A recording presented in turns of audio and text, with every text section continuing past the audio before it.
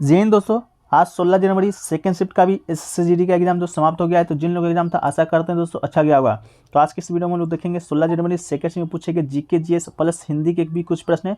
तो सभी प्रश्नों को देखेंगे। चलिए वीडियो को शुरू करते हैं बिना किसी देरी के। इसका पीडीएफ आप कैसे डाउनलोड कीजिएगा वीडियो को अंत में आपको पता चल जाएगा। ठीक है, चलिए देखिए पहला जो प्रश्न आपसे पूछा गया था दोस्तों वो कि अंडर 19 क्रिकेट वर्ल्ड कप 2022 कहाँ हुआ था। ये प्रश्न दोस्तों आपका करंट अफेयर से संबंधित पूछा गया था। तो दोस्तों आपको बता दें कि 2022 आईसीसी अंडर 19 क्रिकेट विश्व कप एक अंतर्राष्ट्रीय सीमित ओवर का क्रिकेट टूर्नामेंट था जो कि जनवरी और फरवरी 2022 में वेस्ट इंडीज में आयोजित किया गया था। ठीक है, और कुल 16 टीमों ने भाग लिया था। तो दोस्तों आपको अभी तक पता चल गया होगा कि कहाँ आयोजित किया गया था। तो वेस्ट इंडीज इसका राइट आंसर हो जाएगा। ठीक है, तो वेस्ट इंडीज में आईसीसी 2022 का आईसीसी अंडर 19 क्रिकेट विश्व कप आयोजित किया गया था। ये तो दोस्तों आपका हो गया अंडर 19 का। ठीक है, लेकिन जो आपका खेला जाता है जिसका मेन रूप से जो क्रिकेट होता है उसका कहाँ हुआ था, तो वो दोस्तों आपका कहाँ हुआ था, वो आपका हुआ था दोस्तों ऑस्ट्रेलिया में आयोजित हुआ था। ठीक है, 2022 का क्रिकेट वर्ल्ड कप। देखिए अब बात कर लेते हैं अंडर 19 क्रिकेट वर्ल्ड कप का विजेता का। तो विजेता दोस्तों आपका भारत बना था। इसके अलावा दोस्तों उप विजेता की बात करेंगे तो आपका इंग्लैंड बना था। इसके अलावा प्लेयर ऑफ द सीरीज की बात करेंगे तो दक्षिण अफ्रीका के डेवाल्ड ब्रेविस, देसी दोस्तों छोटा एबीडी के नाम से भी जाना जाता है। मुंबई इंडियंस में आप लोग जानते होंगे, ये खेलते हैं आईपीएल। ठीक है, इसके अलावा दोस्तों आपका सबसे ज़्यादा रन भी आपका किसने बनाया था, तो यही डेवाल्ड ब्रेविस ने बनाया था, कुल 506 रन बनाया था। इसके अलावा सबसे ज़्यादा विकेट है आपका श्रीलंका के डूनिस वेल्लेज ने लिया था। ठीक है, तो ये सभी दोस्तों आपको पॉइंट है जो कि आपको याद रखना है आगामी जो आपका शिफ्ट होना है उससे रिलेटेड। ठीक है, चलिए एक क्वेश्चन देखिए दोस्तों पूछा गया था आपका गुलाबो सपेरा किस नृत्य से संबंधित है। ठीक है, गुलाबो सपेरा एक युद्ध है दोस्तों आपका जो कि आपका कालबेलिया नृत्य से संबंधित है। नृत्यंगना कालबेलिया गुलाबो सपेरा की कहानी सामाजिक दबाव का सामना करने के लिए दृढ़ता की कहानी है। तो गुलाबो सपेरा दोस्तों एक नृत्यंगना थी जिनका जो संबंध है आपका कहाँ से है, तो कालबेलिया से। ठीक है, कालबेलिया कहाँ से वो भी अभी डिस्कस करेंगे। देखिए गुलाबों को 2016 में राजस्थान के सपेरा नृत्य परंपरा को लोकप्रिय बनाने और उनके प्रयासों के लिए पद्मश्री से सम्मानित किया गया था। उन्होंने जिसे 165 से अधिक देशों को बढ़ावा दिया है। तो दोस्तों आपको मालूम चल गया होगा कालबेलिया जो नृत्य है वो आपका किस देश से किस राज्य से संबंधित है, तो आपका राजस्थान हो जाएगा। ये भी क्वेश्चन दोस्तों आपको बन चुका है। ठीक है, इसके अलावा कालबेलिया भारत के थार रेगिस्तान राजस्थान के एक सर्प आकर्षक जनजाति है। ठीक है, तो ये जनजाति के द्वारा दोस्तों आपका ये नृत्य है जो कि राजस्थान में किया जाता है। तो गुलाबो सपेरा दोस्तों किससे संबंधित है, कौन से नृत्य से, तो आपका कालबेलिया नृत्य हो जाएगा। ठीक है, चलिए एक क्वेश्चन के दोस्तों पूछा गया था योजना आयोग का नया नाम बदलकर क्या रखा गया है। तो दोस्तों आपको मालूम होगा 13 अगस्त 2014 को योजना आयोग को खत्म कर दिया गया था। उसकी जगह पर नीति आयोग का गठन हुआ था। नीति आयोग भारत सरकार की एक थिंक टैंक है। ठीक है, तो इसका राइट आंसर दोस्तों आपका नीति आयोग हो जाएगा। अब बात रही नीति आयोग का, तो नीति आयोग का स्थापना दोस्तों कब हुआ था, तो 1 जनवरी 2015 को दोस्तों आपका नीति आयोग का स्थापना हुआ था। ठीक है, 1 जनवरी 2015 को नीति आयोग का स्थापना हुआ था। और योजना आयोग दोस्तों खत्म कब हुआ था, 13 अगस्त 2014 को खत्म हुआ था। इसके अलावा ये नीति आयोग का जो अध्यक्ष होता है दोस्तों आपको बता दें योजना आयोग की तरह ही प्रधानमंत्री ही इसका अध्यक्ष होता है। जो भी भारत का प्रधानमंत्री होगा वो आपका पदेन अध्यक्ष ही होगा। तो वर्तमान में नीति आयोग के अध्यक्ष कौन हो जाएगा दोस्तों, तो नरेंद्र मोदी आपका इसका राइट आंसर हो जाएगा। ठीक है, इसके अलावा दोस्तों आपका ये तो बात हो गया अध्यक्ष का। इसके अलावा बात अब हो रहा है कि उपाध्यक्ष कौन है। तो नीति आयोग का जो नया उपाध्यक्ष अभी नियुक्त किए गए हैं या बनाए गए हैं वो दोस्तों आपका सुमन के बेरी जी को बनाया गया। किसे बनाया गया दोस्तों, आपका सुमन बेरी इसका राइट आंसर हो जाएगा। ठीक है, इसके अलावा नीति आयोग को दोस्तों एक सीईओ भी होता है, सीईओ। तो ये दोस्तों आपका कौन है, तो परमेश्वरन अय्यर दोस्तों आपके नीति आयोग के सीईओ हैं। ठीक है, तो उपाध्यक्ष और अध्यक्ष और सीईओ और स्थापना वर्ष कब हुआ था इसको आपको याद रखना है। ठीक है, देखिए दोस्तों एक क्वेश्चन पूछा गया था फूलदेई उत्सव किस राज्य से संबंधित है। ठीक है, तो फूलदेई उत्सव के बारे में पूछा गया था दोस्तों आपका किस राज्य से संबंधित है, तो ये इसे उत्तराखंड के फसल उत्सव के रूप में जाना जाता है। तो आपके ऑप्शन में ऑब्वियसली उत्तराखंड दिया गया था, तो उसका राइट आंसर दोस्तों आपका क्या हो जाएगा, उत्तराखंड आपका हो जाएगा। मिजोरम, उत्तराखंड, मेघालय, नागालैंड इस प्रकार का आपका ऑप्शन है जो कि आपको दिया गया था। ठीक है, ये एक शुभ लोक उत्सव है जो कि राज्य में बसंत ऋतु का स्वागत करता है। इसके अलावा यह चैत के पहले दिन में मनाया जाता है और त्यौहार फूलों एवं बसंत के बारे में है। और दही का अर्थ होता है हलवा या खीर जो कि सफ़ेद आटे और दही से बनता है। फूल मतलब फूल आप लोग जानते ही हैं, और दही का अर्थ दोस्तों आपका हलवा या खीर होता है। ठीक है, चलिए एक क्वेश्चन देखिए दोस्तों पूछा गया था किसके कमी के कारण हड्डियाँ कमजोर होती है और वो आपको दांतों के सहायक में होता है। ठीक है, तो दोस्तों आपको बता दें आपके ऑप्शन में दिया गया था आयोडीन, कैल्शियम और आयरन। ठीक है, तो हड्डियाँ के कमजोर होने का जो मुख्य वजह है दोस्तों आपका कैल्शियम की कमी है। तो इसका राइट आंसर दोस्तों आपका कैल्शियम हो जाएगा।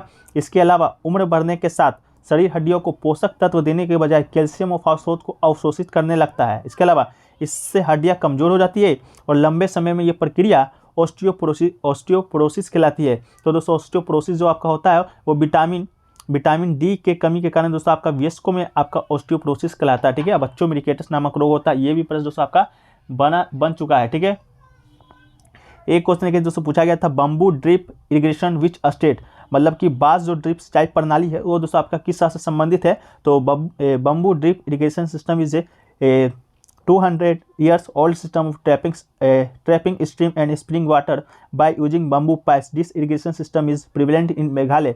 तो इसका राइट आंसर दोस्तों आपका क्या हो जाएगा, तो इसका राइट आंसर दोस्तों आपका मेघालय बिल्कुल राइट आंसर हो जाएगा। ठीक है, तो सही उत्तर दोस्तों आपका मेघालय हो जाएगा। मेघालय में बांस ड्रिप सिंचाई प्रणाली 200 साल पुरानी प्रणाली है। यह बांस के पाइप का उपयोग करके धारा और स्प्रिंग के पानी का दोहन करने का एक प्रणाली है। तो आपका राइट आंसर दोस्तों आपका मेघालय हो जाएगा। ठीक है,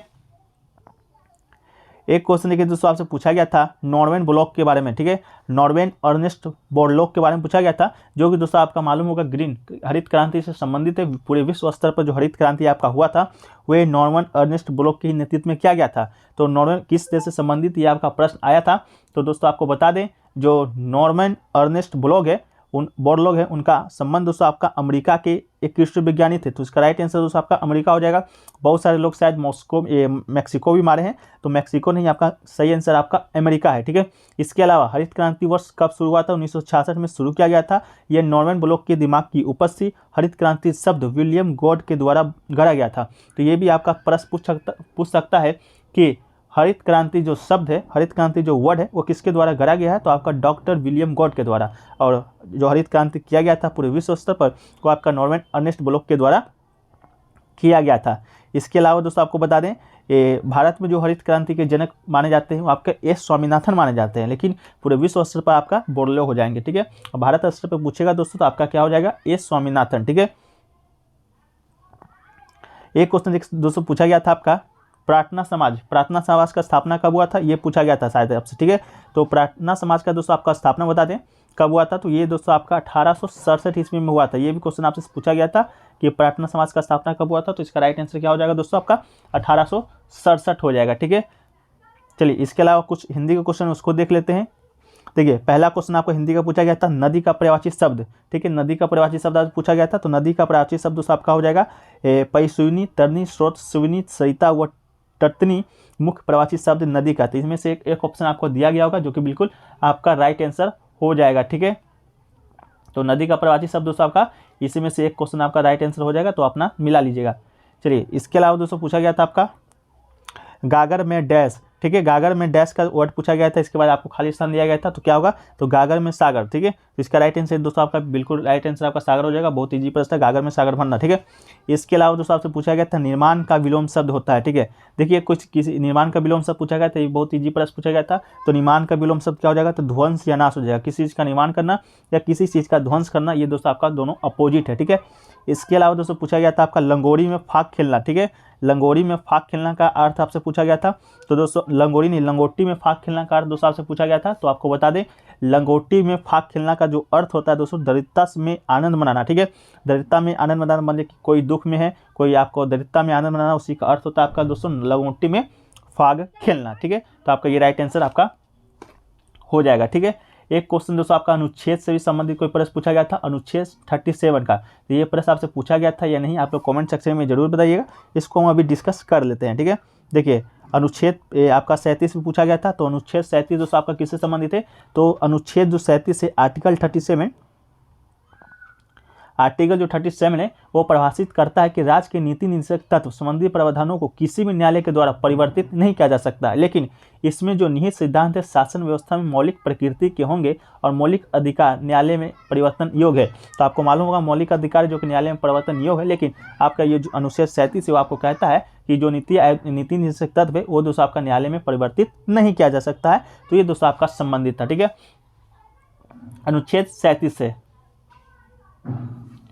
इसके अलावा दोस्तों आपका और भी प्रश्न पूछे गए थे, जो भी प्रश्न नहीं मिल पाए अभी तक उसको पीडीएफ में शामिल कर देंगे। पीडीएफ आपको तो मालूम होगा, अगर नहीं मालूम है तो आपको बता देते हैं। पीडीएफ आपको टेलीग्राम पे रोज़ रात को भेज दिया जाता है पूरे शिफ्ट का, तो आप लोग टेलीग्राम चैनल को ज्वाइन कर लीजिएगा। लिंक है जो डिस्क्रिप्शन में आपको दिया जाएगा। ठीक है, दिया गया है, तो आप लोग जाके ज्वाइन हो जाइएगा।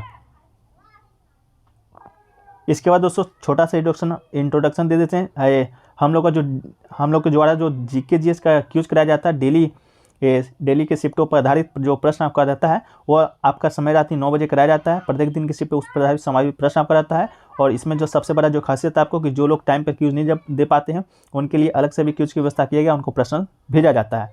इसके अलावा आपको इस क्यूज के लिए करना क्या है, तो 20 रुपये का पेमेंट करना है दोस्तों। आपको व्हाट्सअप नंबर जो सामने आपको दिख रहा है उसी व्हाट्सअप नंबर पर आपको 20 रुपये का पेमेंट करना है, गूगल पे, पेटीएम, फोनपे किसी के द्वारा। इसके अलावा इसी व्हाट्सअप नंबर पर आपको स्क्रीनशॉट है जो कि भेज देना है। इसके बाद दोस्तों आपको ग्रुप में जोड़ दिया जाएगा। वैलिडिटी दोस्तों आपका जब तक SSC GD का एग्जाम चलेगा, जब तक आप जो टेस्ट है जो कि आप दे सकते हैं टोटल 50 प्रश्नों का, ठीक है। तो जो लोग भी देना चाहते हैं आप लोग व्हाट्सएप पे कांटेक्ट जरूर कीजिएगा। तो चलिए वीडियो को यहीं पर समाप्त करते हैं, मिलते हैं नेक्स्ट वीडियो में। जब तक के लिए जय हिंद, जय भारत।